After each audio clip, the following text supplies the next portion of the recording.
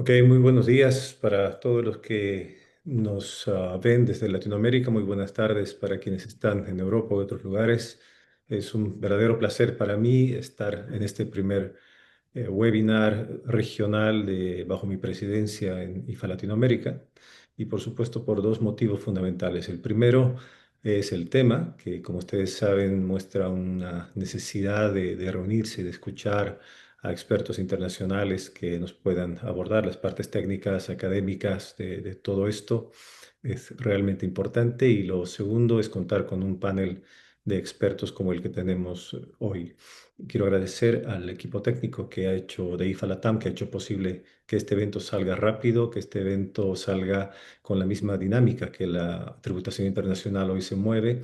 Quiero agradecer también a nuestros panelistas de Latinoamérica, que todos ellos son de países miembros de la OECD y además de Brasil, que como ustedes saben ya tiene un QDMTT aprobado al menos. Veremos qué pasa hacia adelante. Y contar con la presencia de Marcio Verdi, que siempre nos acompaña, nos asiste desde CIAT, un socio estratégico que apreciamos mucho y con quien esperamos además todavía tener una relación muchísimo más profunda. Gracias también a Alfredo García Prats, que está en este momento en Shanghái y que ha hecho el esfuerzo para unir toda su agenda de viajes para estar aquí y traernos la visión europea. Y también a Yari Browner, profesor de la Universidad de Florida, que nos trae la visión fundamental de Estados Unidos. Yari, thank you very much for accepting the invitation. And of course, we hope to have you with us many more times at IFA Latinoamérica. Finalmente, gracias Diego, nuestro past president, que ha aceptado muy gustoso a asumir la presidencia y dirigir este evento que es de mucho interés para todos. Así que, Diego, te dejo con todos. Muchas gracias por el esfuerzo y muchas gracias a los panelistas. Muy buenos días a todos, muy buenas tardes. Muchísimas gracias, Álvaro. Gracias en primer lugar a IFA Latam por la invitación. Sin duda alguna, IFA Latam está cada día más vivo, cada día más fuerte, con enorme presencia en eventos, con una enorme presencia con el grupo GIN, con el grupo WIN, con el grupo de Tax Directors. Así que empiezo por el final, básicamente invitándolos a que se unan y se acerquen a cada uno de los capítulos locales de IFA y por supuesto a IFA Latam y a los eventos que hacemos a lo largo del año. Sin más, agradecerles, como les decía, a todo el equipo de IFA Latam, Álvaro Villegas, Andrea Ricardi, Laura Sanid, a Florencia Fernández y a Paula Cabrera por toda la ayuda y apoyo durante todo este evento y por supuesto la parte técnica, Neir Esteves y su equipo. Vamos a tener un evento de 90 minutos donde vamos a analizar básicamente los temas que nos ocupan el día de hoy respecto al Pilar 2 y sobre todo qué es lo que debe hacer Latinoamérica a partir de lo que está ocurriendo a nivel global. Y por eso, como lo decía Álvaro, contamos con un panel de lujo donde vamos a poder tener de primera mano la experiencia norteamericana, la experiencia de Estados Unidos. Posteriormente vamos a volar directamente en realidad a Shanghái, que es donde está hoy día Alfredo, pero nos va a hacer toda la explicación de lo que está ocurriendo en la Unión Europea. Y luego vamos a ir caminando por algunos de los países, Colombia, Chile, México, Brasil, y por supuesto vamos a terminar con unas palabras y una reflexión de parte de Marcio, que siempre pues, nos ayuda muchísimo, no solo en estos tipos de eventos, sino con sus comentarios, su experiencia y por supuesto con la visión que tiene de todos los países de la región. Rápidamente, les solicito que cualquier tipo de pregunta nos la vayan formulando a través del chat. Esperamos tener tiempo al final del evento para poder compartir con ustedes algunas preguntas. De no tener tiempo suficiente, estaremos evidentemente contestándolas de manera oportuna. Eh, el, Vamos a dar inicio básicamente presentando de forma muy rápida el panel que tenemos el día de hoy. Creo que es importante hacer ver y reiterar el agradecimiento que Álvaro comentaba. Nos acompaña el profesor Yarif Brauner, profesor de la Universidad de Florida, específicamente el Levin College of Law, quien ha sido bastante activo desde el inicio de todo el proyecto BEPS. Nos acompaña también el profesor Alfredo García Prats, catedrático de Derecho Financiero y Tributario y Jean Monnet Chair de la Universidad de Valencia. Adicionalmente, contamos con Mónica Bolaños, presidente de IFA Colombia y socia de la firma Garrigues. También nos acompaña desde Chile Ivana Rosa, quien es la vicepresidenta del subcomité de directores de impuestos de IFA Latam y es la gerente tributaria de Arauco, que nos va a comentar también ese enfoque práctico de una empresa multilatina en relación con el cumplimiento que se está teniendo que dar en relación con Pilar 2. También nos acompaña Santiago Chacón, el Managing Director de Álvarez y Marsals en México, que nos comentará sobre, evidentemente, la experiencia de México y de ese país del norte. Y posteriormente Bruna Ferrari, que es directora de la Asociación Brasileña y también es la directora o líder de precios de transferencia y de ESG de KPMG. Y vamos a cerrar con las palabras de Marcio Ferreira Verdi, secretario ejecutivo del CIAT. Entonces, sin más atrasos, pasamos de manera directa agradeciéndole al profesor Brauner. El profesor Brauner nos va a exponer en inglés. Hemos activado la función de traducción de Zoom. Esperamos que funcione, pero en todo caso, le dejamos el micrófono a Yarif. Yarif, thank you for joining us. Thank you. And please, the floor is yours. Yeah, thank you everybody for having me. And I'm sorry for speaking in English, but I think it will be better for everybody.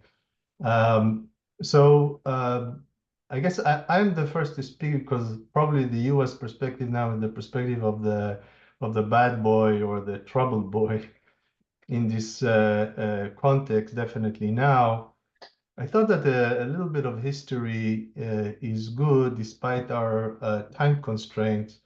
And the history is kind of ambivalent throughout the BEPS project from the U.S.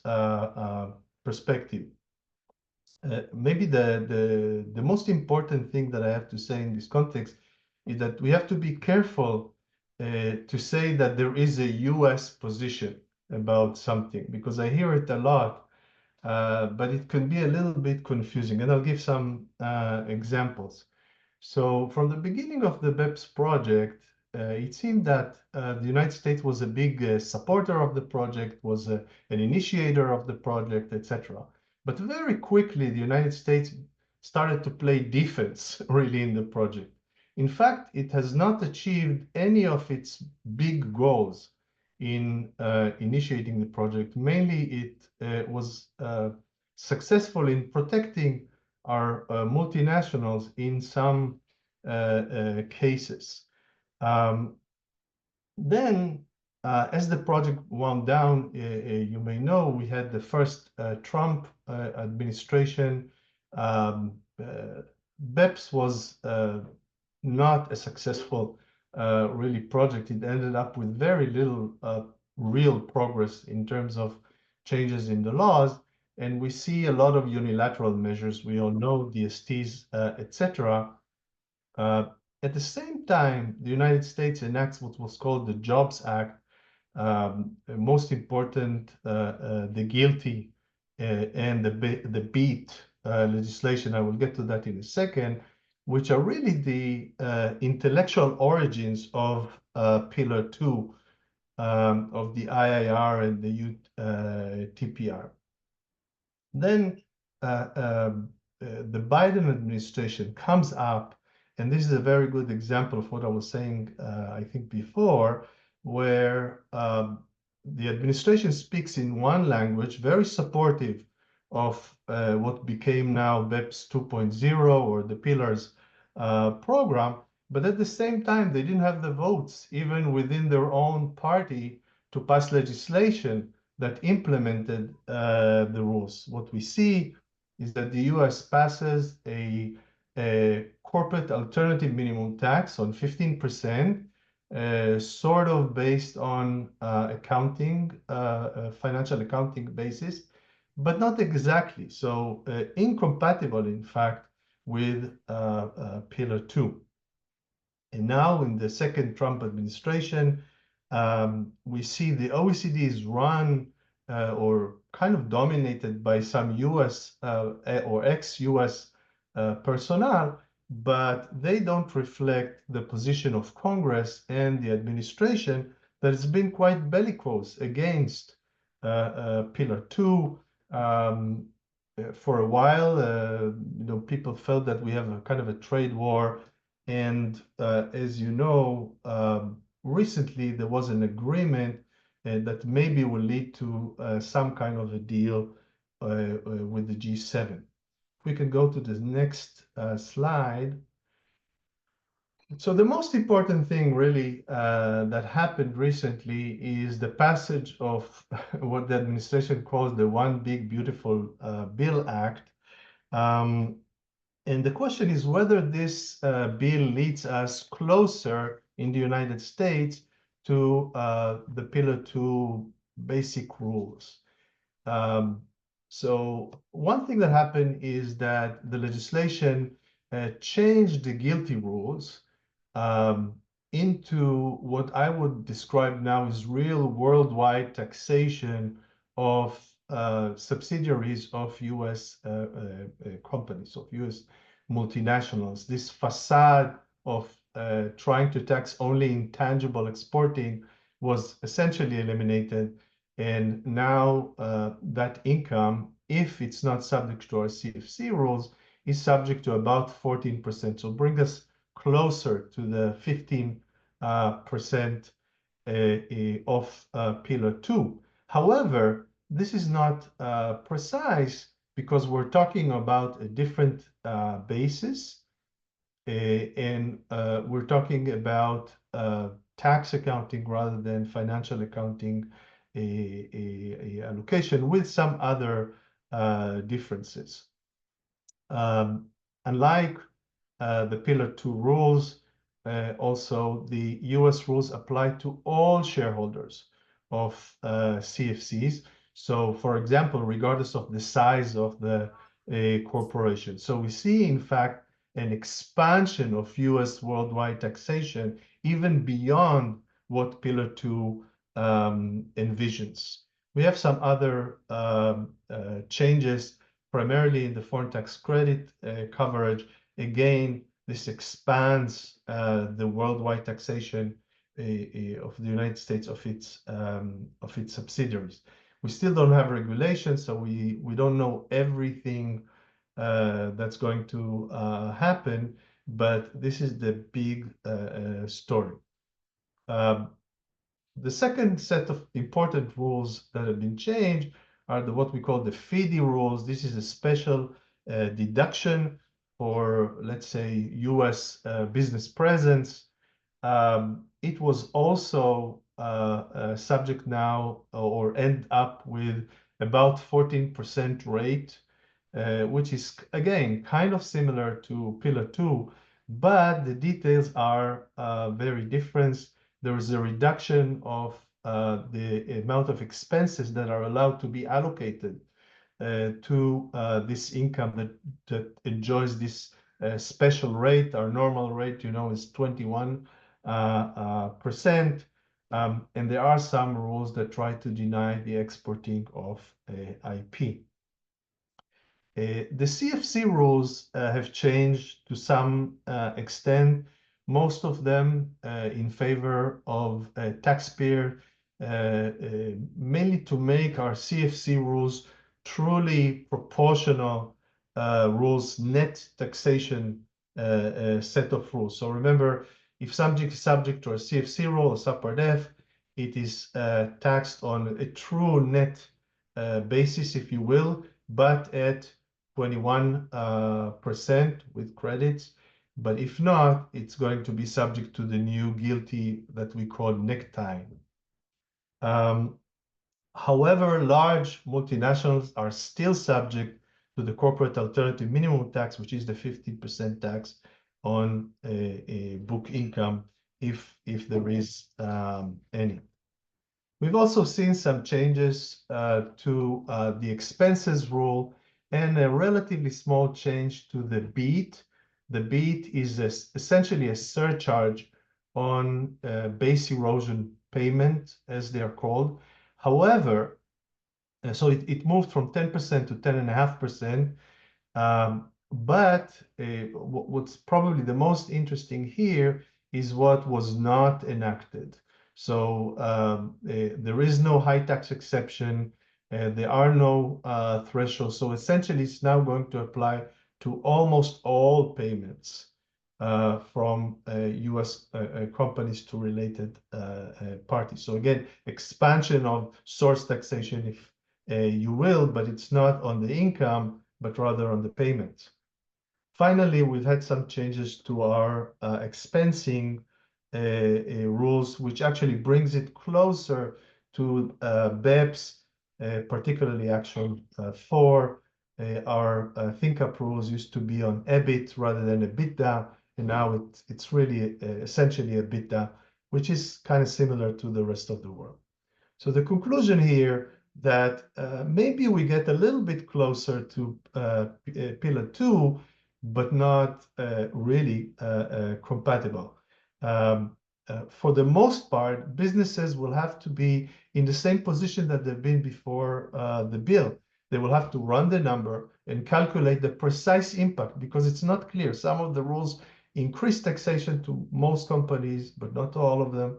And some of them improve or minimize their taxation. The only companies that we can think about as benefiting here more or less all the time are those that make tangible preferred investments in the United States, like computer chips, something like that.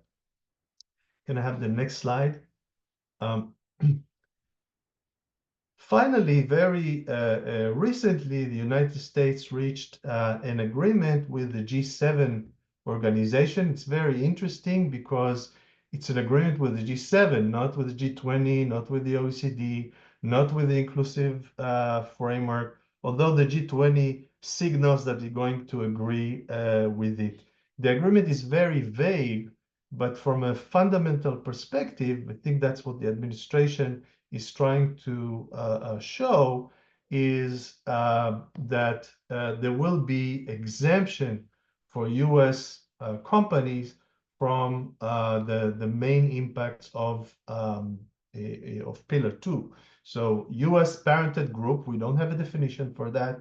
We don't know what's going to happen with individual or partnership, but US parented group will be exempted from the IAR and the UTPR, and in exchange, the United States will not enact its retaliatory taxation. We don't have anything about how the US will treat the QDMTTs of other states. I think this is relevant for a lot of you. We don't know what changes are going to happen and what adjustments are going to be made. This is, you have here on the slide the language from the agreement. But we do know that there will be an opening for some refundable tax credit, which is really a breakdown of the original idea of Pillar 2 in the case of the United States. Which brings us to raise some question of how Pillar 2 is going to stand up. Are we going to have special treatment for the United States? Well, we've seen that in the past at the lower level, for instance, the CRS or the CBCR, where the US said, okay, we're not going to join the multilateral arrangement, but we're only going to keep the bilateral solutions. But here it seems to go to the fundamentals of the system, which is very difficult to see how the US could have one set of treatment and all the rest of the world will have a different set of treatment. So of course, we don't know the details, but this is the current situation. I try to keep the time. I'll be happy to answer questions and a little bit later. I understand the Spanish more or less, but and again, apologize for not speaking in Spanish. Thank you.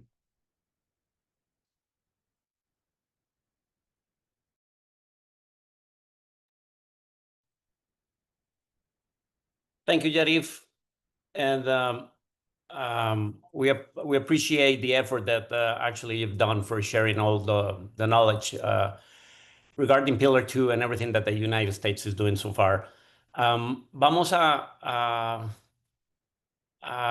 darle la palabra a Alfredo. Como les decía anteriormente, Alfredo se encuentra en Shanghái, así que agradecerle el doble esfuerzo, no solo por su participación, sino porque sabemos que está en tránsito y por supuesto le agradecemos mucho todo su tiempo. Me parece que ya estás presentando directamente, ¿correcto? Compartiendo, sí. Adelante, Sí. Alfredo, muchas gracias. De acuerdo, muchas gracias. Buenos días a todos ustedes, o buenas tardes si se encuentran en Europa. Bueno, obviamente el que tiene que dar las gracias soy yo a IFA Latam, a su presidente y a toda su comisión directiva por la invitación que me brindan para estar con ustedes y hablarles de un tema tan incierto en el futuro como el propio título indica de la conferencia, implementación en tiempos de decadencia. Bueno, si miramos al régimen jurídico que existe en Europa, la verdad es que deberíamos contestar en sentido contrario. Este es en la Unión Europea, en líneas generales, como consecuencia de la aprobación de la Directiva 2022-2523, todo sigue como hasta ahora. Esto es, el Pilar 2 no solo es el resultado de unas normas modelo acordadas a nivel internacional en el marco inclusivo, sino que es una norma jurídica directamente aplicable y que se encuentra en vigor desde el año 2024 en relación con la regla de inclusión de rentas. Bien, es cierto que esto lo que implicó en su momento es una traslación del compromiso político a normas jurídicas, que lo que buscaba en última instancia era crear la obligación para todos los Estados miembros de ofrecer una respuesta común a los retos que planteaba inicialmente la versión de bases imponible y en segundo el posible acuerdo de los dos pilares, en particular del pilar 2. De alguna manera, lo que la Unión Europea buscaba en la OCDE era un mecanismo indirecto a través de la OCDE, el marco inclusivo, para conseguir la unanimidad entre todos los miembros. Si bien es cierto, y como importante singularidad, que la directiva en cualquier caso está condicionada por el derecho primario, de ahí que el ámbito subjetivo de aplicación de las normas del Pilar 2 es distinto que el que propone las normas modelos de la OCDE, puesto que para evitar el trato discriminatorio no solo están sujetas a las normas del Pilar 2 las filiales radicadas en terceros países, sino también los propios grupos multinacionales nacionales que superen el margen de los 750 millones de euros. Bien, es cierto que este mecanismo que intentaba evitar el trato discriminatorio solo se aplicó o solo se previó en relación con la regla de inclusión de renta, sino con el UPTR, lo cual pues ya ha dado como principal novedad que me gustaría traerles a consideración, que ya existe una cuestión preliminar o una cuestión prejudicial de validez planteada por la Corte Constitucional belga, en concreto el 15 de julio de 2025, por considerar que las reglas del UPTR pueden vulnerar algunos artículos de la Carta de Derechos Fundamentales, en concreto el derecho de propiedad, la libertad de empresa, el principio de seguridad jurídica y así como otras libertades fundamentales como la libertad de establecimiento, la libre prestación de servicios, el principio de seguridad jurídica y el principio de territorialidad, lo cual pues, es un elemento demostrativo de que el Pilar 2 existe, está en marcha para que resulte de aplicación de acuerdo con los plazos previstos en la directiva y en las normas de transposición, pero todo parece augurar que vendrá jalonado de importantes incertidumbres jurídicas por cuanto se va a cuestionar algunos elementos de su régimen jurídico. Por otro lado, interesa señalar que en el ámbito de la Unión Europea se está empezando un proceso denominado de simplificación o de cluttering en inglés, que intenta reformular algunas de las normas que se han venido aprobando en materia tributaria en la última década, por considerar que probablemente la aprobación del Pilar 2 podría tener algún efecto neutralizador o acumulativo en relación con las normas antiabuso aprobadas anteriormente a resultas del Plan BEPS, como la directiva antiabuso, la directiva de reporte de los intermediarios financieros o la propia propuesta de entidades anti-caparazón. A partir de ahí, podríamos decir que desde el plano jurídico todo parece que permanece igual, salvo lo que comentaremos de los problemas jurídicos, pero a mi juicio es posible que la declaración del G7 sobre el impuesto mínimo global de 28 de junio del año 2025 pueda suponer un impasse o por lo menos pueda dar lugar a cierto replanteamiento de la posición de la Unión Europea, puesto que, como bien ha comentado el profesor Yariv Brauner, esta declaración del G7 plantea importantes consideraciones en la medida en que se acepta de alguna manera la existencia de una diferenciación de trato o de una singularidad. Esto es el side by side o la exclusión de facto de las multinacionales norteamericanas del pacto global y de la posible incidencia sobre las mismas que puedan tener en otros países la aplicación de las normas del Pilar 2, tanto en lo que se refiere a la norma de inclusión de rentas como al UPPR. Cómo se va a traducir esto jurídicamente y qué tipo de modificaciones va a tener que soportar la directiva, pues es algo que está por ver, pero es obvio que, tal como ha sucedido ya en otro tipo de acuerdos a nivel multilateral en materia tributaria, Estados Unidos forma siempre parte del grueso de la negociación, influye e incide en la negociación para finalmente dejar la opción del multilateralismo y optar siempre por una vía bilateral Estados Unidos-resto del mundo, mientras que el multilateralismo sigue siendo la regla que se sugiere para el resto de países. Antes el profesor Yariv Brauner decía que en ocasiones se tiende a considerar a Estados Unidos como el chico malo. En realidad no es el chico malo, simplemente es el dueño de la pelota y quiere que los demás jueguen al juego que consideran más conveniente. En cualquier caso,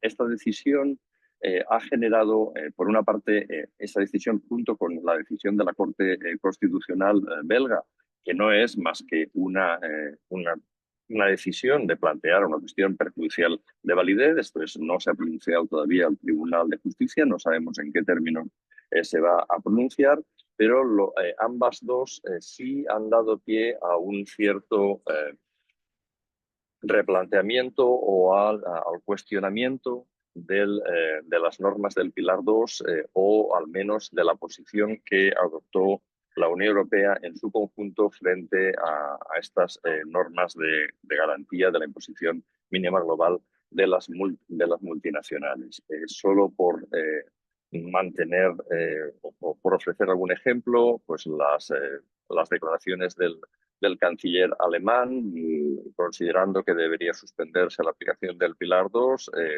rápidamente corregidas por su ministro de Finanzas o de Hacienda, pero también en la doctrina científica empiezan a aparecer algunos escritos, algunos autores que sugieren la necesidad de reconsiderar o de replantear la aplicación de este pilar 2. Y a mi juicio son tres los elementos que podrían ser objeto de reconsideración en la Unión Europea. Por un lado, los problemas jurídicos que parece evidente que la aplicación de las normas del Pilar 2 van a traer como consecuencia. La cuestión planteada por el Tribunal Constitucional belga no es sino el primero de los posibles futuros estadios ante los que nos vamos a encontrar, tanto desde la perspectiva material, como el planteamiento que realiza la Corte Constitucional belga, en el sentido ya indicado, que considera que se vulneran algunos principios, fundamentalmente por el hecho de que las normas no tienen en consideración ningún tipo de distinción entre las subsidiarias belgas que obtienen pérdidas o que obtienen ganancias, la existencia o no de dificultades financieras en el sujeto pasivo, la desvinculación que existe entre la obligación de pago y la generación de la riqueza, pero esto es algo que deriva de la formulación del principio del single taxation a nivel y su validación a nivel internacional como garantía de la tributación efectiva. Lo importante es que se pague alguna vez, sin importar dónde, pero desde la óptica jurídica constitucional, dónde suele tener su relevancia. Y yo me aventuraría incluso a decir que no solo este cuestionamiento de la constitucionalidad puede afectar o puede llegar a afectar a las normas del UTPR, sino a la propia de la regla de inclusión de rentas, en la medida en que no tiene el mismo fundamento teórico que las normas de transparencia fiscal internacional, sino que buscan otro tipo de objetivo, como digo, desvinculado del territorio, y hay pronunciamientos de diferentes tribunales constitucionales europeos que podrían alegarse para poner en cuestión la constitucionalidad de estas reglas. También debe tenerse en cuenta los problemas jurídicos por lo que se refiere a los fundamentos formales. El hecho, ya advertidos por la doctrina, el hecho de que la propia directiva renuncie a la interpretación singular propia del derecho comunitario y asuma los postulados de la OCDE, pues lleva a un elemento jurídico de relevancia y que probablemente tendrá que ser decidido por el Tribunal de Luxemburgo, sin olvidar que en ningún caso los parlamentos nacionales, al menos europeos, han otorgado ningún tipo de mandato previo a la OCDE para erogarse esas funciones de desarrollo normativo que es obvio de las que carece. Desde otra perspectiva, yo observo importantes problemas desde la óptica de la eficiencia. Eficiencia en la medida en que los costes de cumplimiento van a ser probablemente superiores a los beneficios. Cumplimiento tanto referido al cumplimiento por las multinacionales. Hay algunos ejemplos señalados por multinacionales españolas en las que el coste de cumplimiento supera con creces el doble de lo que importa pagar por el impuesto mínimo global, pero también debemos tener en cuenta el coste de control que para las administraciones va a tener el mantenimiento de este régimen, ahora ya, como vemos, dispar o a la carta a modo de reglas de refugio seguro para algunas jurisdicciones. Y finalmente, como digo, se plantea un problema político. Se podría decir que la Unión Europea de alguna manera ha caído en su propia trampa, quería inicialmente luchar contra la erosión de bases imponibles, lo que resultó en una lucha contra la competencia fiscal de algunos países, y ahora observa cómo son sus propias multinacionales las que pueden quedar atrapadas por estas normas de Pilar 2 europeas, en la medida en que otras jurisdicciones, no solo Estados Unidos, que pueden modular, pero también China, que es un agente a tomar en cuenta, tiene posiciones divergentes al respecto. Sin olvidar, para finalizar, el grave problema que puede representar para la competitividad de las multinacionales europeas, y ahí está el informe Draghi señalando probablemente cuál es el camino alternativo que debiera ofrecer o proponer la Unión Europea. Lo dejo aquí porque creo que me excedo en el tiempo. Gracias y quedo para alguna pregunta al final. Alfredo, Muchas muchísimas gracias. gracias. Con esto prácticamente dejamos servida la mesa en cuanto a la posición norteamericana y la posición europea, y empezamos un recorrido por Latinoamérica donde vamos a revisar y analizar la situación en Colombia desde la perspectiva del impuesto mínimo colombiano, luego Chile, donde vamos a ver la experiencia desde la perspectiva de una multinacional, y luego vamos a analizar los casos concretos de México y de Estoy Brasil. como Rajoy, que no entiendo mi letra. Así que No te apuntaste los con, nombres de todos los... con eso pues le damos la palabra a Mónica y seguimos adelante con las exposiciones. Adelante, Mónica. Pues muchísimas gracias, Diego. Muy buenos días para todos, muy buenas tardes, dependiendo del lugar en el que se encuentren. Bueno, y este tema que estamos analizando hoy, pues debemos revisarlo con muchísimo cuidado en nuestra región. Yo creo porque debemos concientizarnos de las implicaciones que tiene pues todo este movimiento que se está dando a nivel internacional en nuestros países en Latinoamérica. Digamos que desde que se empezó a hablar del marco inclusivo, pues muchos nos hemos preguntado qué tanto algunas medidas del proyecto BEPS, y en particular para el caso que analizamos hoy, las reglas del Pilar 2, pueden afectar a los países en desarrollo, países como Colombia, países como la mayoría de los que integran nuestra región. Y esto pues es muy relevante porque digamos que si lo vemos desde una perspectiva global, hablar de establecer un impuesto mínimo pues suena razonable y tal vez suena consistente con ese propósito que tenía un poco el discurso de lograr un sistema tributario internacional más equitativo, más justo. Que los grupos multinacionales tengan un piso mínimo en su contribución tributaria, pues para muchos puede sonar como algo positivo.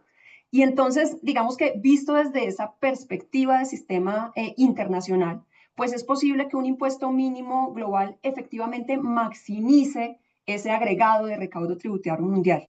Y si uno ve eso como algo positivo, y digamos que ahí podríamos tener amplísimas discusiones que darían como para otro foro, pues el impuesto mínimo global podría ser apropiado e incluso deseado. Y aunque por supuesto cada país pues, puede tener sus propios intereses, para la OCDE, incluso países en desarrollo pueden beneficiarse de este tipo de medidas porque al reducir esa competencia fiscal internacional, se desincentiva la erosión de la base tributaria, pues que es una de las grandes problemáticas que sufrimos en los países en desarrollo, entre otros varios argumentos que digamos que se han planteado en este discurso internacional. Sin embargo, pues lo que hemos venido notando y era predecible es que esa condición ideal, ese sistema como deseado de maximización del recaudo mundial, pues tiende a desintegrarse con mucha facilidad ante pues varios eventos, y yo quisiera como referirme a algunos de ellos. El primero es, por supuesto, si algunos o alguno de los actores de ese sistema internacional pues no se alinea con lo que proponen las reglas del consenso. Porque si esto ocurre, volvemos al problema que justamente se quería evitar, que es la existencia en ese sistema internacional de espacios para el arbitraje tributario, es decir, países que se conviertan en una vía de escape frente a las condiciones tributarias que se busca establecer.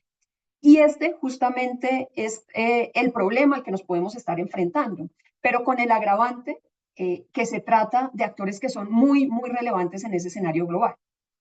Un segundo evento es que sí exista una convergencia, pero que esa convergencia se dé a ritmos muy distintos.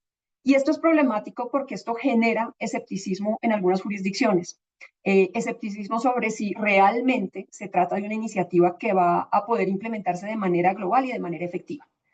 Tal vez un tercer evento es que las reglas que se planteen en ese consenso internacional, pues que sean tan flexibles en su aplicación, que aunque se implementen, pues no se logre un sistema global que pueda entenderse como verdaderamente integrado y como verdaderamente coherente. Y finalmente, pues un cuarto evento es que algunas jurisdicciones tengan expectativas muy bajas sobre el aumento real que puede significar para su recaudo interno esa solución global, o sientan que si la implementan estarían en una situación peor a no implementarla. Entonces, lo que estamos viendo ahora es que varios de estos factores que desintegrarían ese esquema ideal del consenso global, pues parecen estar ocurriendo al mismo tiempo. Y esto, creo que ya lo hemos visto, ya mis compañeros anteriormente lo han mencionado, pues abrió la puerta para que algunos países adopten medidas unilaterales que no necesariamente se alinean con lo que se esperaba fuera ese consenso internacional. Y eso lo que está haciendo es que está llevando a muchos de esos países a una situación aún más complicada de la que teníamos antes. Ese, creo yo, es justamente el caso de Colombia. En el año 2022, Colombia introdujo dos medidas a través de una reforma tributaria. Por un lado, el criterio de presencia económica significativa, al que no me voy a referir pues, en este foro, y por otro lado, una tasa de tributación mínima, sobre la que sí hay pues, bastante por comentar.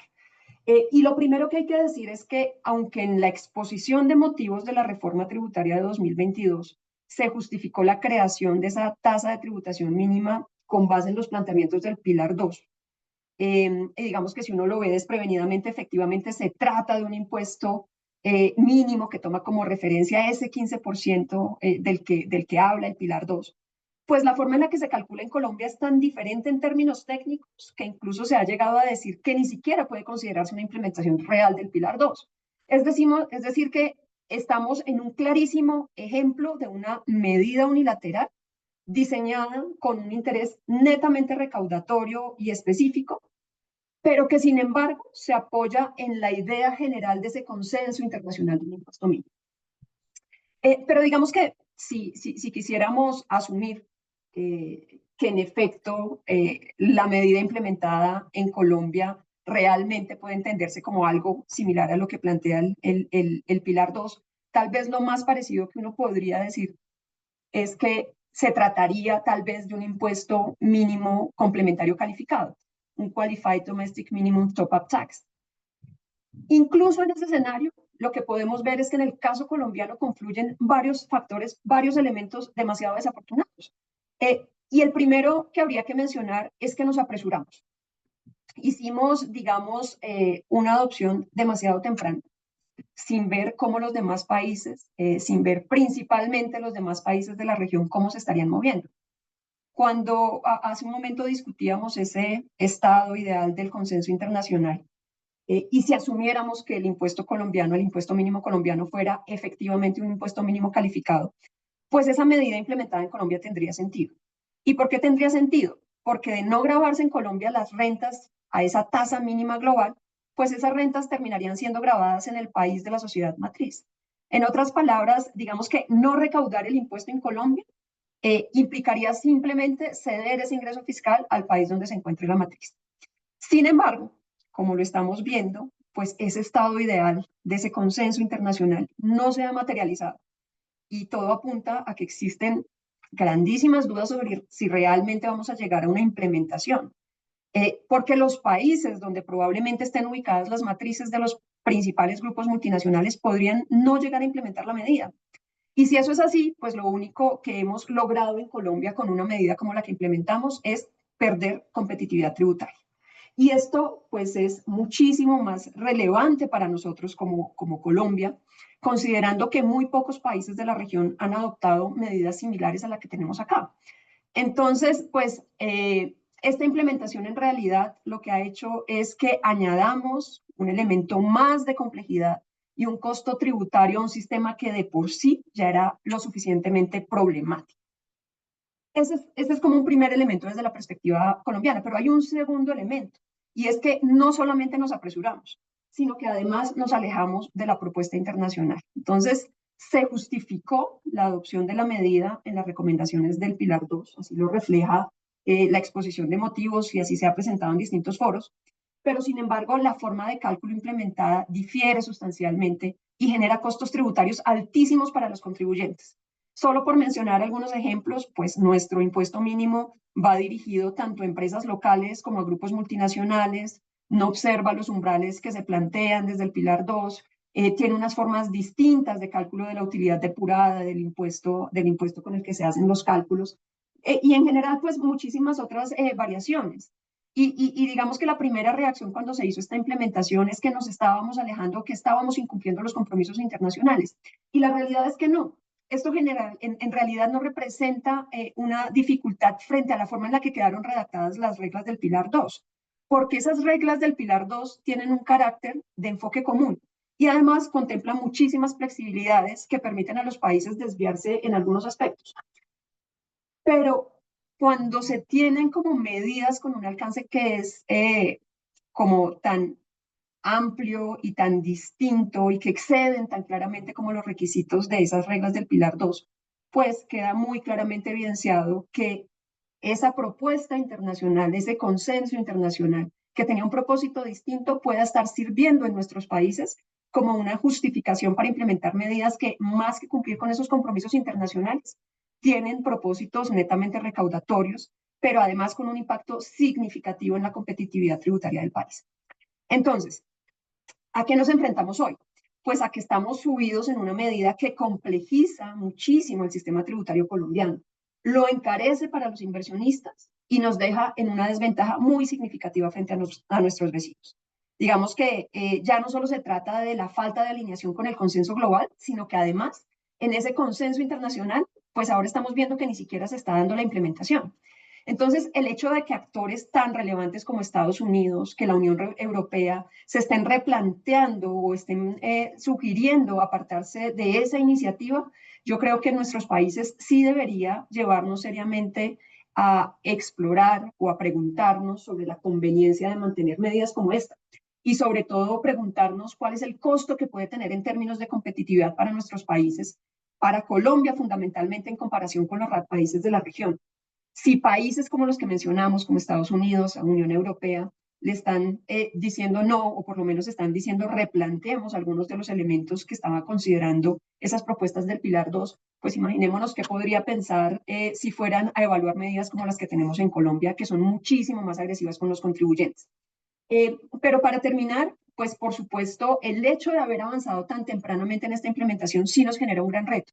Y tal vez es algo a lo que Alfredo también se refería en la Unión Europea, es que ya estamos subidos en una medida que está implementada, ya nos hemos acostumbrado al recaudo que deja ese impuesto mínimo y es muy probable que su desmonte pues vaya a tener un peso inmediato muy significativo en las cuentas nacionales. Entonces, desmontar un impuesto, desmontar una medida tributaria, siempre resulta muchísimo más difícil que crearla.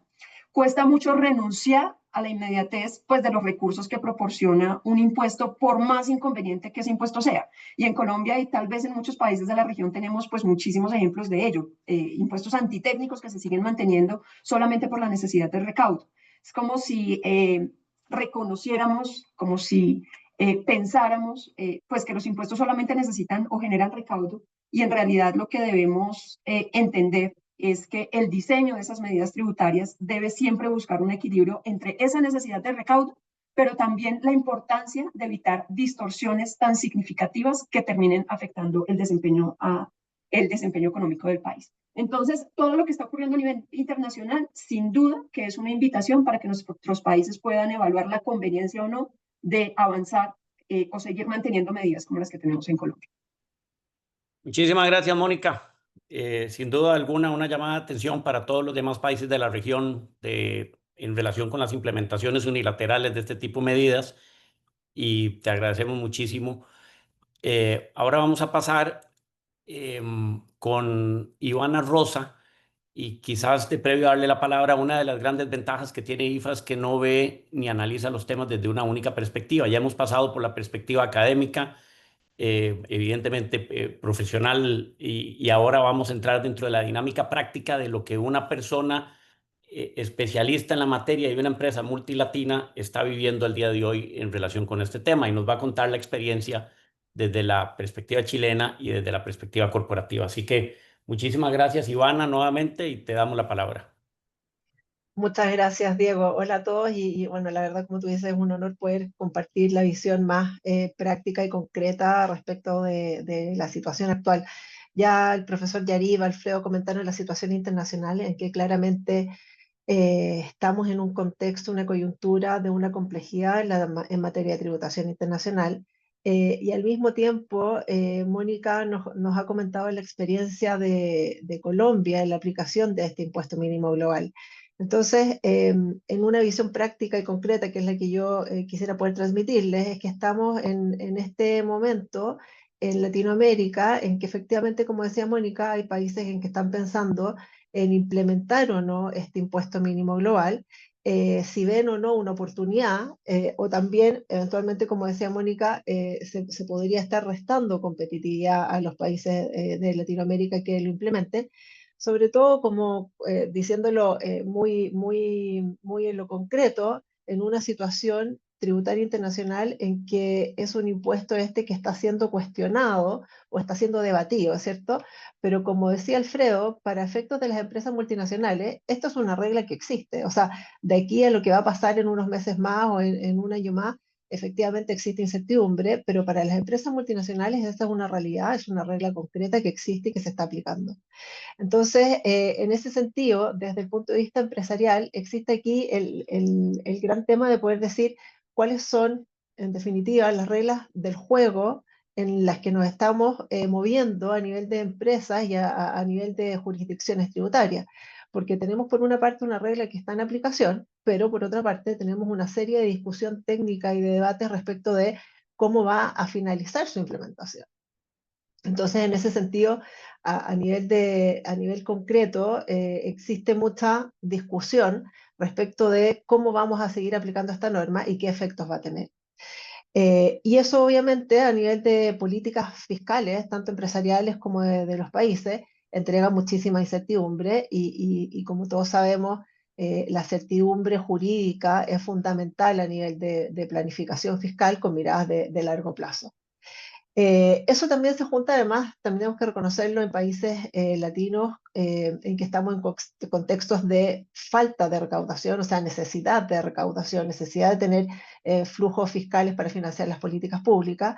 En varios de nuestros países en Latinoamérica también estamos en una situación concreta de cambios de gobierno y como en todos los casos siempre se plantean cambios de gobierno con reformas tributarias, entonces tenemos una combinación de necesidades locales en cada uno de los países, cambios de gobiernos con reformas tributarias locales y además en una coyuntura internacional compleja con falta de certidumbre. Un escenario que obviamente hace la planificación fiscal y la sostenibilidad tributaria de las empresas muchísimo más compleja. En el caso particular de Chile, la verdad es que Chile no ha sido un país que ha propiciado importantemente la aplicación de esta normativa de impuesto mínimo global. Hace unos años, con el inicio del gobierno actual, se planteó muy tímidamente la posibilidad de establecerlo, pero la verdad es que quedó en nada. Y hoy día existen algunas otras prioridades, por lo tanto, no es un tema que esté en carpeta, ¿ya? También como pasa en algunos países de Latinoamérica, bueno, salvo el caso de Colombia, de Brasil, efectivamente no existe tanta claridad con la complejidad de la norma, de cómo se aplica esta norma. Y también lo decía Alfredo, existe un gran desafío para las administraciones tributarias de poder entender esta norma y luego de echar a andar esta máquina para que se pueda implementar la normativa con el cumplimiento tributario que requiere. Aquí básicamente yo diría que el tema de la complejidad está por esta falta de certidumbre jurídica, pero también desde un punto de vista práctico para las multinacionales tenemos varias complejidades en la aplicación de la normativa propiamente tal. Como decía Alfredo, esta es una norma que existe y las empresas la estamos aplicando. Dependiendo de los países en que tengan presencia y dependiendo de cómo se aplique la norma. Entonces, desde el punto de vista de la aplicación práctica de la norma, la complejidad viene dada básicamente, y ya lo mencionaba en distintas ocasiones el profesor Yarir también, el mecanismo de la aplicación de este impuesto mínimo global se vino a establecer a nivel de los países europeos, en donde el régimen tributario es muy distinto al régimen tributario que existe en los países latinoamericanos. Este régimen de Pilar II se estableció en países europeos en que existe regímenes de fuente territorial, no de rentas de fuente mundial como es en Latinoamérica, en donde existen una serie de exenciones a estos regímenes de participation exemption a la aplicación de dividendos, y en donde también por lo mismo no existen grandes aplicaciones de mecanismos de crédito respecto de impuestos pagados en el extranjero. Y ahí básicamente yo diría que es donde está el problema de origen o el problema estructural respecto de cómo se aplica este impuesto mínimo global en relación con las inversiones o con las multinacionales de origen latinoamericano. Y la razón básicamente es porque están tendidos sobre una base de un régimen distinto, y luego, incluso en aquellos casos en que se aplique y que podamos entender en el fondo la recaudación de Europa respecto de inversiones de multinacionales latinoamericanas, existe luego la complejidad de decir, bueno, se paga este impuesto en Europa, ¿y qué pasa luego con el reparto de dividendos que vuelve a Latinoamérica, a sus casas matrices en Latinoamérica? No está establecido claramente cuál es el efecto de ese impuesto, en el caso, por ejemplo, del impuesto mínimo, del IAR pagado en Europa, respecto de su posible utilización en los países latinoamericanos. Entonces, ahí existe la discusión práctica a nivel de las multinacionales si efectivamente se está cumpliendo con una recaudación global, pero que en definitiva está afectando la doble imposición específica de esas compañías. Temas que no están resueltos, temas que no se visualizaron al momento de considerar la aplicación y de pensar en el fondo en el inicio de la aplicación de este régimen de impuesto mínimo global. Esas son algunas de las dificultades prácticas, pero más allá también de las dificultades prácticas, entonces ahora nos presentamos ante la situación de decir qué es lo que puede hacer Latinoamérica y qué es lo que va a pasar en Europa considerando aquellas compañías en que ya están en aplicación de esta norma. Como lo decía Alfredo, esta norma empezó en el año 2024 a aplicarse y aquellas compañías que se han visto afectadas o alcanzadas por esta normativa tuvieron que hacer una provisión de impuestos por el impuesto mínimo global aplicable a partir del año 2024, que sería pagadero en junio del año 2026. Entonces aquí, más allá de la discusión y el debate, ¿cierto?, está en la aplicación práctica qué va a pasar con las compañías que han hecho esta provisión de impuestos respecto de los eventuales cambios o discusiones o conclusiones que se generen a propósito del debate internacional. ¿Se va a mantener esta provisión? ¿Se va a pagar finalmente el impuesto mínimo global en junio del año 2026? ¿Se va a seguir aplicando o quizás será un pago que solamente se va a hacer por una vez en el año 2026, luego se va a suspender hacia adelante? ¿Qué efectos va a tener eso contablemente respecto de la eliminación o no de esta provisión? Muchas, la verdad, es que dudas prácticas y concretas que se generan a propósito de un debate técnico, académico y, por supuesto, político que existe en la actualidad. Eso Diego, por mi parte, respecto de la visión práctica con un enfoque empresarial respecto de la aplicación de este impuesto. Muchísimas gracias, Ivana. Y sin duda nos queda el mensaje que desgraciadamente muchas veces los políticos se centran únicamente en la parte conceptual y se olvidan de esas consecuencias prácticas que en este caso las estás viviendo en carne propia y de forma directa. Así que muchísimas gracias y nos movemos en nuestro viaje por Latinoamérica hacia México y le damos la palabra a Santiago Chacón, socio director de Álvarez y Marsal en México, para que nos comente sobre la experiencia que ha tenido ese país del norte, que siempre ha sido digamos, un implementador temprano de muchas de estas medidas y cómo ha ido de alguna manera analizando este tema. Santiago, buenos días. Gracias, Diego. Gracias a todos los participantes. Pues sí, México, como dice Diego, ha sido un implementador temprano del plan BEPS desde 2014, desde antes de que estuviera finalizado siquiera. Hemos implementado varios cambios en precios de transferencia, en materia de deducciones, y nos hemos comprometido con la implementación del Pilar 2. O sea, el gobierno ha sido bastante reiterativo en decir que sí lo va a implementar en foros públicos, en el sentido de un impuesto mínimo global, pero en este caso en concreto, pues se ha diferido la aplicación y no tenemos una legislación propuesta, ni tenemos un atisbo claro de que vaya esto a implementarse próximamente, ¿no? Estamos ante esta realidad de lo que está sucediendo en la Unión Europea con la sentencia de la Corte Constitucional belga y lo que puede pasar ante el Tribunal de la Unión Europea, las manifestaciones del G7, lo que se ha discutido en Estados Unidos, que ya explicó Yariv y ha comentado Alfredo también. pensaría que estamos más entrando al terreno de un coalition of the willing o más bien un coalition of the unwilling, en el que quizás el resultado será que no se implemente el Pilar 2 en México, al menos no en la forma inicialmente propuesta. Me explico. Tenemos algunas reglas, como decía, desde el inicio, que ya tienen principios de Pilar 2. En particular, tenemos un UTPR que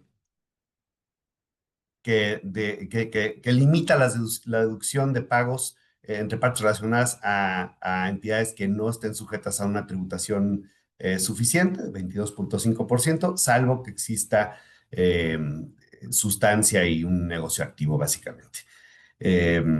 Esto lo tenemos desde hace un par de años. Entonces, yo diría que esta es la única parte del Pilar 2 que quizás ya tenemos, y tenemos otra que quizás nos falta y la que sí veo probable que se implemente. En México, como saben, tenemos incentivos fiscales primordialmente enfocados en la manufactura, el régimen maquiladoras, que otorgan beneficios fiscales para este tipo de manufactura por contrato, y también otros beneficios para industrias establecidas en la región fronteriza de México y en otros sitios, sobre todo en el sur del país, que han llamado polos del desarrollo. Todos estos regímenes en México presentan o proveen beneficios fiscales para las empresas que se establezcan a través de ellos, en las que sin duda pagarían menos de 15% de impuestos sobre la utilidad en México. Entonces, aquí México tiene un tema que prevé, que proporciona esta clase de beneficios, pero no tiene una regla que evite que se vaya la tributación de México y que la comparta con aquellos países que sí hayan implementado reglas de Pilar 2 o que tengan otras reglas como las americanas que logren grabar esto. Es decir, falta un QDMTT, como se ha implementado en otros países de la región. Por lo tanto, mi perspectiva sobre la implementación en estos tiempos de decadencia, como decíamos, es que México debe enfocarse, y posiblemente lo hará, en ver cómo evitar que se fugue la tributación a otros países, y posiblemente mediante la implementación de un QDMTT. Igualmente puede también reforzarse o afinarse la regla de UTPR, de deducciones a entidades que no paguen suficiente impuesto, pero honestamente no veo que vaya a implementarse una regla de Pilar 2 más amplia, no obstante que el gobierno lo haya manifestado. ¿Por qué? Pues por lo que he expresado, por el contexto global, y cabría decir finalmente que aunque sí se implemente una regla más amplia de Pilar 2, dadas los últimos desarrollos judiciales en Bélgica sobre todo, creo que si se implementara una regla amplia de Pilar 2, esto podría ser perfectamente cuestionado ante tribunales en México bajo los mismos principios o principios similares que los que se usaron en Bélgica. Básicamente, la parte de la sentencia que toca el tema de la proporcionalidad, creo que es una cosa que respetaría un tribunal mexicano también, y también quizás el aspecto cuasi confiscatorio que puede tener esta regla en manos de la cabeza de un grupo multinacional. Son temas que ha avalado, o sea, que ha protegido a contribuyentes la Suprema Corte en México, y veo que podría ser también el camino en caso de que se llegara a implementar aquí en México. Con lo cual, pienso que está en duda la ejecución del Pilar 2, por lo menos en el sentido originalmente planteado en México. Muchísimas gracias, Santiago. Sin duda nos aclara bastante la situación de México. y por lo tanto nos da una buena idea de lo que podemos esperar en el corto y mediano plazo. Y vamos a movernos rápidamente a Brasil y vamos a darle la palabra a Bruna. Bruna es directora de la Asociación Brasileña de Derecho Financiero y por lo tanto le agradecemos muchísimo siempre el apoyo no solo de la asociación sino tuyo y adelante. Muchísimas gracias por compartir con nosotros. Gracias, Diego. Bueno, buenos días a todos. Quisiera agradecer primeramente a IFA Latam por la invitación, por estar aquí hoy y también a BDF, la rama brasileña de IFA, como mencionó Diego, en nombre de Marcos Catão, es presidente de IFA Latam, Álvaro Villegas, el presidente actual, y Diego Salto, nuestro presidente de sesión. En cuanto a la aprobación del Pilar 2 en Brasil, creo que puedo mencionar que tuvimos su implementación a partir de 2025 mediante la ley 15.079 de 2024, que introdujo el impuesto complementario nacional mínimo calificado, el QDMTT, a través de un adicional sobre la contribución nacional, sobre la contribución social sobre el beneficio neto, la CSL, como llamamos acá en Brasil.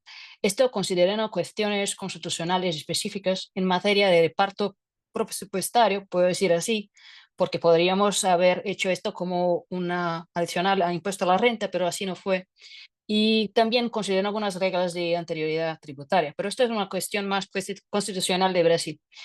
Este adicional de la CSL, el QDMTT, fue diseñado en Brasil con la prohibición de ser actualizado periódicamente para mantenerse en conformidad con los documentos de referencia aprobados por el marco inclusivo de la OCDE, con el objetivo, por tanto, de cumplir con los requisitos técnicos y ser reconocido siempre como un QDMTT, una regla calificada. Este es el punto más importante, creo yo, porque en verdad estamos así como que una flexibilización de la parte de legalidad también para que siempre tengamos la actualización de la normativa interna en Brasil para quedar alineados con toda la discusión internacional. Y desde que tuvimos la implementación, aunque no tengamos ninguna recaudación, porque solo vamos a tener en el 7º mes en el próximo año, entre las principales cuestiones que puedo mencionar que están siendo discutidas desde entonces, puedo destacar la neutralización de determinados incentivos fiscales, así como la deducibilidad del fondo del goodwill generado en adquisiciones con mayor valor contable. Este es un punto muy específico de Brasil, que también tengamos muchos impactos con la adopción de Pilar 2. Pero no obstante, lo que tenemos de edición de la receta de la recaudación fiscal de Brasil es que en los primeros años, debido a la aplicación de las reglas simplificadoras, los safe harbors, no deberíamos tener un incremento significativo de la recaudación. Pero claro que hay una estimativa, no sé cómo que hicieron esto, pero hay una estimativa adicional de una recaudación con cerca de 8 billones de reales a partir de 2028. Este, a mi ver, fue, como mencionó también Mónica, creo yo, fue la principal inducción para implementar el Pilar 2 en Brasil. Entonces, que la postura de Brasil fue primeramente no ceder recaudación fiscal a otros países durante los primeros años de implementación, pero también no perder así, porque otros países que ya tengan IEG o STPEG, no perder la recaudación que podría tener Brasil. Y con esto hacer un complemento a la legislación de tributación en bases mundiales que ya tenemos acá en nuestro país. Pero como decía Mónica, me parece, y a algunos otros que también están a discutir el asunto, que fuimos un poco apresurados. La implementación efectiva de la IEG y de la STTR, es decir, entonces que la adopción formal de las reglas del Standard Globe, sigue siendo aún un debate, un objeto de debate. Actualmente Brasil ya aplica un régimen extremadamente amplio de tributación sobre ingresos de entidades controladas y vinculadas en el exterior. Entonces, que nuestras reglas de tributación en bases mundiales son muy amplias y en caso de controladas, por ejemplo, ya tenemos todos los ingresos que son grabados anualmente en Brasil por el principio de competencia. Entonces, que no tenemos necesidad de umbrales mínimos, no tenemos en cuenta porcentaje de rentas pasivas, ni el tipo efectivo de rentas, todo es tributado al fin de cada año si es una multinacional brasileña que tiene controladas en exterior. Y con esto nuestra regla es más amplia que la IEG y una otra CFC normal. Entonces que el KDMTT solo viene para complementar, solo viene para no perder la recaudación, caso sea una entidad que tenga una tributación fuera, que sea una multinacional de otro país, una multinacional extranjera.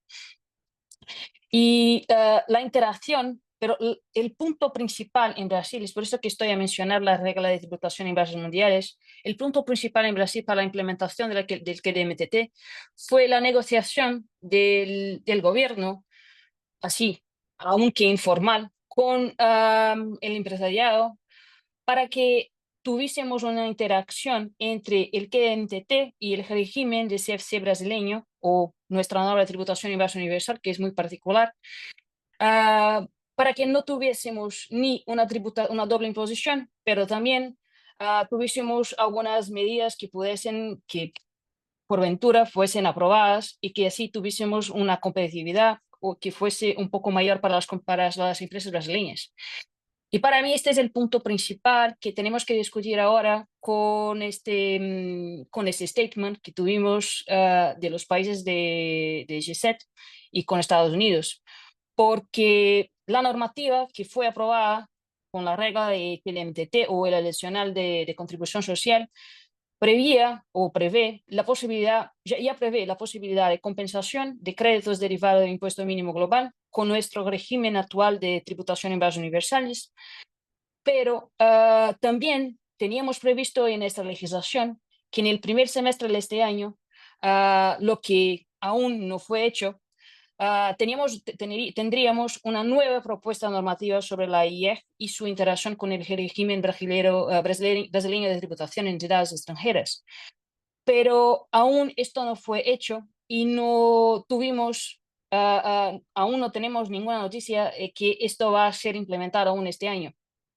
Y es en este contexto que pienso que puedo traer algunos puntos que son importantes para nosotros con este contexto actual. Teniendo en cuenta la solución side by side prevista para Estados Unidos y lo que decía el profesor Yariv Brauner y todos los otros que estaban acá también, considero que tenemos dos medidas fundamentales que deben ser consideradas en los próximos pasos de implementación de Pillar 2 en Brasil. Y estos pasos se comunican con los puntos que estaba a decir. Primero es que tenemos que evitar la doble imposición y toda esta interacción entre KDMTT y nuestra regla de tributación universal en Brasil.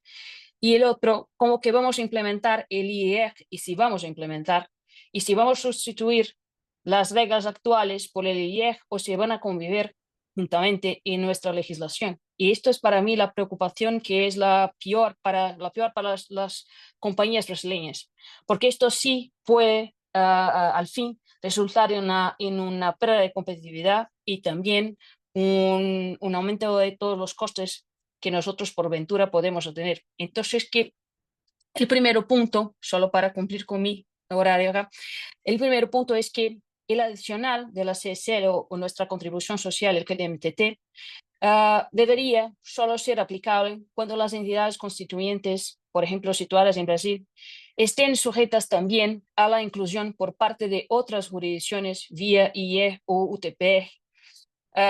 Porque si los ingresos, es decir, si ninguna entidad constituyente del grupo multinacional tiene sus rentas sujetas a un IE o un UTP en otro país, en otra jurisdicción, no deberíamos tener entonces la recaudación del KDMTT. Para mí este es un punto que es muy importante y a ver, ahora no pienso que está tan claro así y no tenemos esta previsión en nuestra legislación. Esto, por ejemplo, evitaría un aumento de la carga tributaria y una pérdida de competitividad. Por ejemplo, lo que decía el profesor Yariv Brauner, que no tenemos aún una solución side by side, ninguna previsión acerca del KDMTT, aspecto que no tenemos ninguna claridad y también no tenemos ninguna claridad cómo que va a ser hecho la compensación del crédito de todo el tributo pago. Entonces, que, por ejemplo, en una hipótesis que tengamos una multinacional americana y no tengamos ninguna otra entidad que sea tributada por IE o UTP en otra jurisdicción y solo una entidad en Brasil, no deberíamos tener la aplicación del KDMTT en Brasil. Así no tendríamos ningún problema de compensación o pérdida de competitividad. Creo que este es un punto que tenemos que evaluar acá con las autoridades fiscales y que aún no vi muchos debates acerca de esto. Y el otro punto que creo que también tenemos que evaluar es que allá hay consideraciones recaudatorias, como ya habían dicho mis colegas y yo también acá, que es el punto principal para la implementación de KMTT y a mi ver un poco apresurados, es que debemos revisar la legislación de tributación actual que tenemos, de tributación en base mundial, con el objetivo, claro, no solo de evitar la doble imposición, pero al mismo tiempo tenemos que mantener la competitividad. Y esto ya está previsto en la legislación y la ley que aprobó el KMTT en Brasil. Pero hace más de 20 años que nuestra legislación nunca observó este requisito, este punto en especial. Siempre tuvimos una ley que intentó evitar la doble imposición, aunque tengamos algunos problemas, pero la parte de competitividad, sí fue siempre un problema porque nuestra normativa es muy amplia, como estaba a decir. Y ahora, como tenemos en el contexto que tenemos ahora en la ley que fue implementada en el KMTT, me parece que sí es la voluntad de la autoridad fiscal mantener simultáneamente el régimen de tributación en base universal y la IE, siendo que esta última solo sería aplicable a determinadas entidades y así habría la exclusión. Por ejemplo, todas que están sujetas al IE van a adoptar la tributación con todas las reglas de Globe, pero las demás van a estar sujetas a la regla de tributación en bases universales, bases mundiales, como tenemos acá en Brasil, que es mucho más amplia.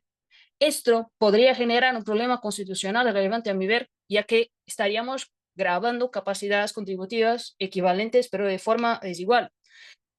Esto sí podría vulnerar, por ejemplo, el principio de igualdad. Podríamos entonces tener grandes problemas y disputas jurídicas a ser contempladas en el futuro. Entonces, para mí, este es el punto crucial. Verificar una posibilidad de solo aplicar el KMTT cuando alguna entidad constituyente ya tenga la inclusión por el IE, sino no aplicar el KMTT para el grupo de la multinacional que esté dentro de los umbrales previstos para las reglas Globe. Y el otro punto es cómo vamos a hacer la reforma de nuestra tributación en bases mundiales, si vamos a incluir con la IE o si vamos solo a tener la IE. Para mí, este es un punto que no está claro en la legislación actual, que prevé una revisión que aún no fue hecha. Pero para mí, este es el punto más crucial que tenemos en Brasil y que va a ser discutido por todas las multinacionales y por el gobierno en los próximos meses. Lo que yo tengo de información de la administración tributaria, pero no sé si es la última o si tenemos alguna cosa más, pero lo que tengo de información hasta ahora es que hasta donde tengo conocimiento es que Brasil no tiene intención de derogar la normativa del KMTT y que continuará sus esfuerzos para adaptar la IE.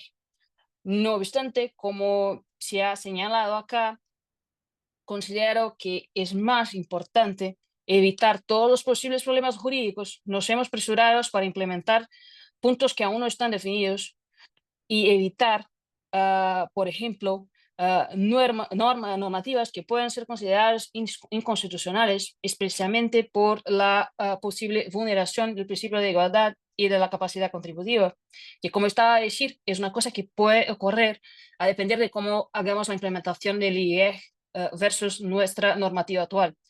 Y también es fundamental preservar la competitividad internacional de las multinacionales, no solo mediante una imposición una imposición que no traga doble tributación, pero también que mantenga la competición de las entidades brasileñas. ¿Y cómo es así? Solo vamos a tener esto si respetamos el principio de igualdad y también reglas que eviten altos costes de cumplimiento, porque esto es el problema del Pilar 2.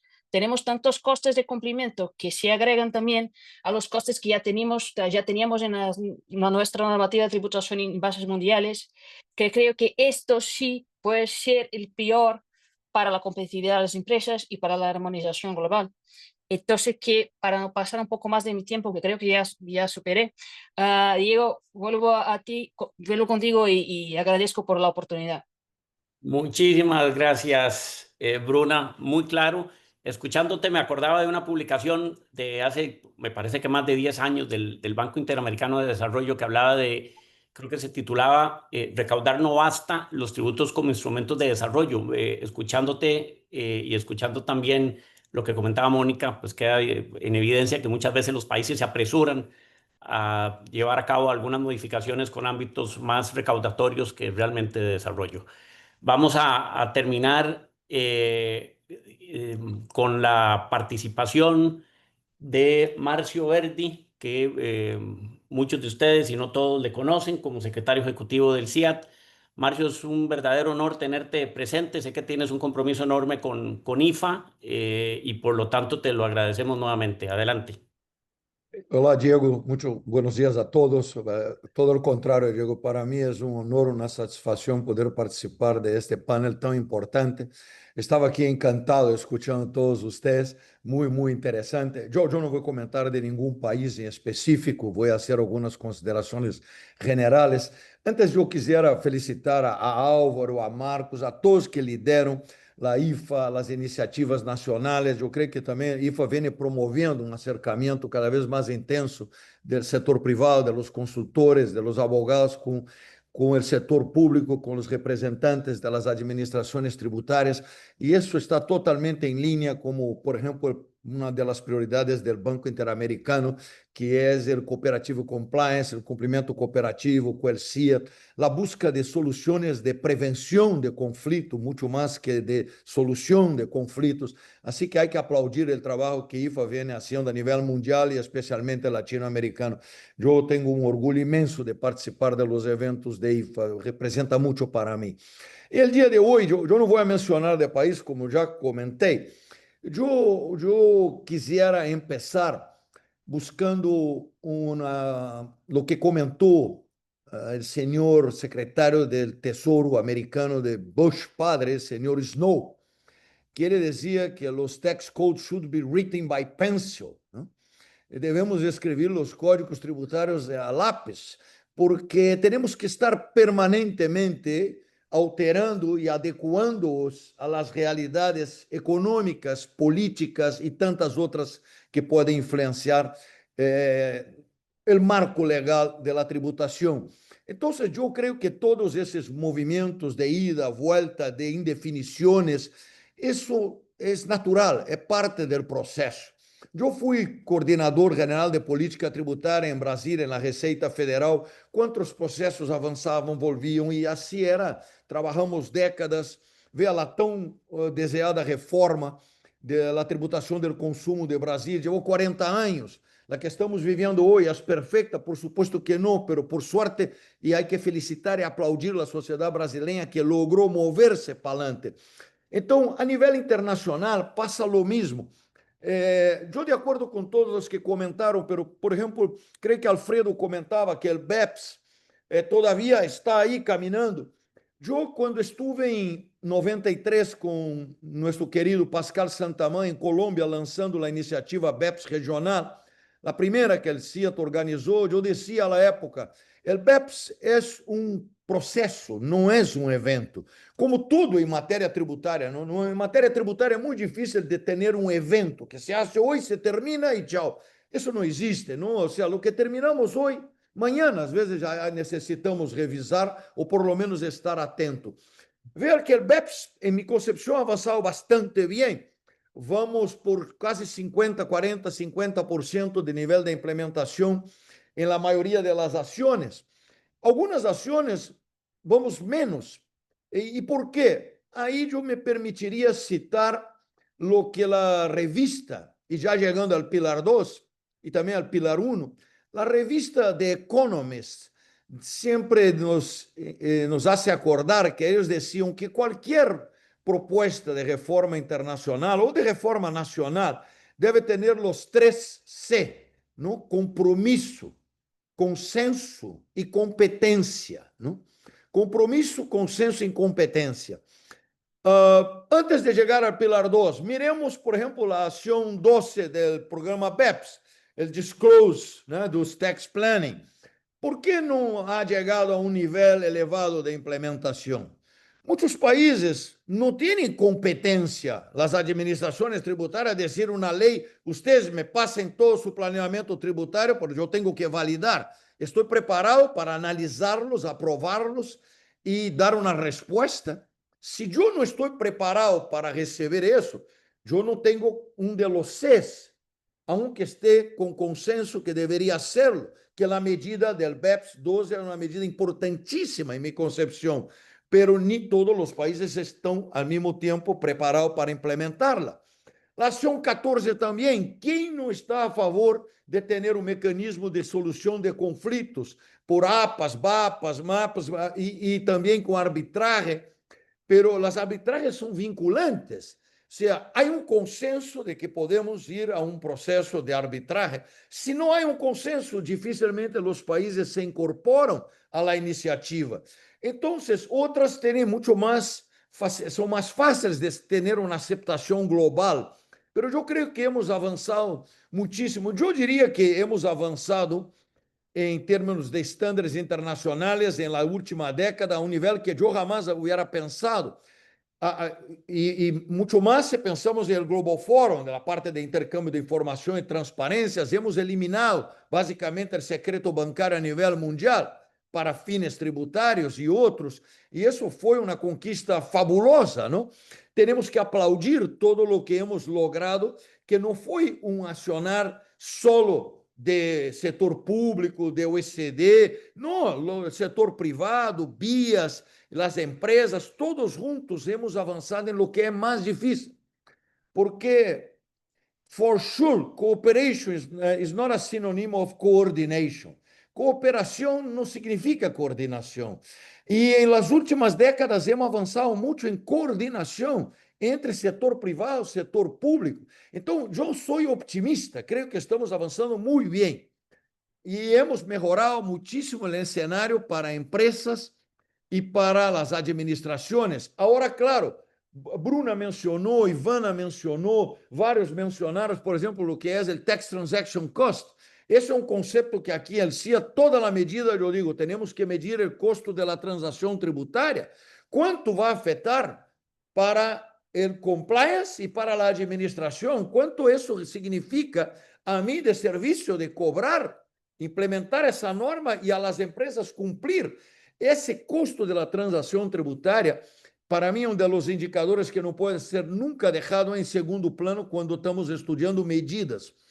E agora, avançando a BEPS 2.0, eu creio que, lamentavelmente, de todo o positivo que eu falei, que sou optimista e creio que hemos avançado muitíssimo, estamos vivendo um ano terrivelmente difícil, não? Que vamos a superar, não tenho dúvidas, pero o Pilar 1, uns dizem que está morto, não sou juez, não sou eu que tenho que dizer, pero seguramente eu creio que era melhor para as empresas e para as administrações, entendo também, ter uma única regra de tributação da economia digital de renta, não de consumo de renta, que for harmonizada a nível mundial, de lo que vamos a enfrentar possivelmente sem o Pilar 1, que cada país vai buscar sua solução por mecanismos de retenção e etc. Soluções vão haver várias, algumas estão implementadas. Eu creio que perdimos em não implementar o Pilar 1. Eu vi que alguém perguntava aqui em uma das perguntas se a respeito do Monto B. Claro que o Monto B é importante, deveríamos avançar para simplificar a parte de preços de transferência em distribuições. Então, por que hemos fracassado em el Pilar 2? Essa é a minha pergunta, não? Se é que hemos fracassado. A nível mundial, eu diria que hoje não há consenso. Então, os 3 Cs que habla de Economist, consenso existe? Creio que não. Compromisso de implementação? Me parece que não. E competência tampouco. Então, o Pilar 2 tem que passar por uma crítica de que passou. Penso que quizás foi porque se vai crescendo a coisa. Ou seja, será que o Pilar 2 estaria melhor se hubiera sido solo as empresas digitales? 6, 7, 8, 10 empresas, mas se vai ampliando o contexto, incluindo mais setores e se vai complicando. Quando se vai complicando, se vai perdendo consenso. Então, eu creio que estamos vivendo um ano muito difícil, que temos que ter muita maturidade, até porque, para dificultar mais, já surge uma divisão. Estávamos todos discutindo o marco inclusivo da OECD, hoje vivimos esse momento de transição para la Convención de las Naciones Unidas. Yo creo que es fundamental que los líderes de las grandes organizaciones se junten y busquemos, ya que no tenemos una organización mundial tributaria, será imposible atender a dos señores. No podemos tener una discusión en el marco inclusivo, en la semana siguiente otra discusión en las Naciones Unidas. Eso yo confío que vamos a tener una solución, pero es fundamental que tengamos, o los tres Cs no serán nunca. Consenso não existirá, compromisso tampouco, porque se não temos um marco, eu creio que outro dia eu vi uma discussão em Nova York que eu tuve que dizer what's going on here. We don't have here two groups, bad boys and good boys. Estava uma discussão, ou seja, todos somos good boys, não? Todos somos buenos. Devemos buscar superar egos individuales, superar intereses individuales y buscar tener un consenso y aprovechar, revisar quizás la amplitud del Pilar 2. Quizás eso ha sido uno de los motivos que ha tornado una dificultad de su implementación. Así que ya tengo 11 minutos, creo que me pasé. Para mí era muy difícil hablar porque yo no quería tocar en la legislación de ningún país. Quería traer solo una visión de que necesitamos compreensão, consenso e saber que não existe solução fácil. Eu creio que BIAS, as empresas estão jogando e jogam um rol fundamental. A IFA tem cada vez um papel mais importante e o que temos que sentar é buscar um ambiente que seja atrativo às inversões, que facilite as empresas e que sempre esteja atento ao custo da transação tributária. Yo encantado de participar, espero haber contribuido, Diego, a la discusión. Muchas gracias por la atención. Muchísimas gracias, Marcio. Siempre es bien ameno escucharte y sobre todo aprender de la experiencia que tienes en toda Latinoamérica. Me quedo con lo que comentabas de que evidentemente todos los temas tributarios son un proceso, no son eventos aislados y sin duda vamos a tener muchos más eventos y muchas más discusiones en IFA respecto a este tema. En el chat hay una única pregunta. Yarif, there's a question for you, which is basically, do you think the U.S. will accept Amount B of Pillar 1? It's from Alejandro Calderón. Yes, thank you, Alejandro. Well, it's kind of my direct answer is probably currently not. Although the Treasury or the IRS issued a notice in the end of 2024 before the current administration came into place, and they considered doing that. I think they even started writing regulations. It's internally controversial. I assume that it will be part of the cards that the US will keep, if you will, close to the chest before it cuts deals. And this is the current language that is used in this context. But I don't see it happening, unilaterally, let's say, from the United States, for sure not.